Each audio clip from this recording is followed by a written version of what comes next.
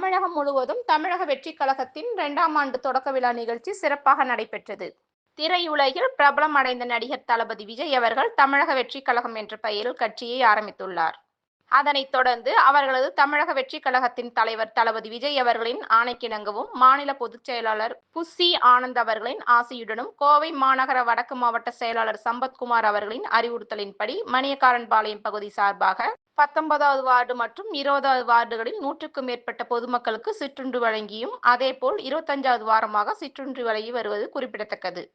பின்பு PSNL அலுவலகம் முன்பு கட்சி கொள்கைக்கு முன் உதாரணமாக இருக்கும் தலைவர்களின் திருவுருவப்படத்திற்கு மாலை அணிவித்து மரியாதை செய்தனர். இதில் தமிழக வெற்றிக் கழகத்தின் நிர்வாகிகள் வினோத், மணிகண்டன், வினோத், தமிழ்ச்செல்வன், சரவணன், குருசாமி, ஜோதிகுமார், ராகுல், பச்சமுத்து மற்றும் மாலினி, விஜயா, அம்பிகா, விசாலாட்சி, மோகனா, சஜி, ரித்து, சுசிலா, ரேகா, சோபனா, சங்கீதா, சாரதா, தேவி, பிரியா என தமிழக வெற்றிக் கழகத்தின் மகளிரணியினர் மற்றும் நிர்வாகிகள் ஏராளமானோர் கலந்து கொண்டனர்.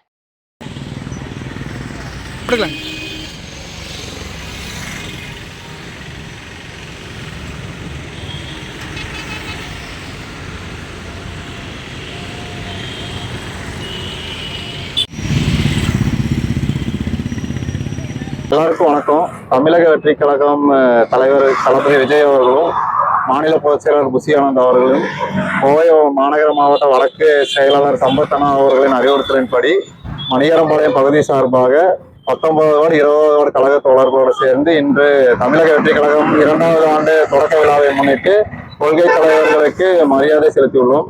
மேலும் 2வது ஆண்டு தொடக்க விழாவை முன்னிட்டு பல நலத்திட்ட உதவிகளும் பல சமூக பிரச்சனைகளுக்கு தீர்வு காணும் வகையில் நிறைய இதெல்லாம் பண்ணலான் இருக்கோம், ஆக்டிவிட்டிஸ் பண்ணலான் இருக்கோம். அதை முன்னிட்டு 9ஆம் தேதி காந்தி மாநகரில் லிட்டில் கிங்டம் ஸ்கூல்ல இலவச மருத்துவ முகாம் நடத்துறதுக்கு பிளான் பண்ணியிருக்கோம்.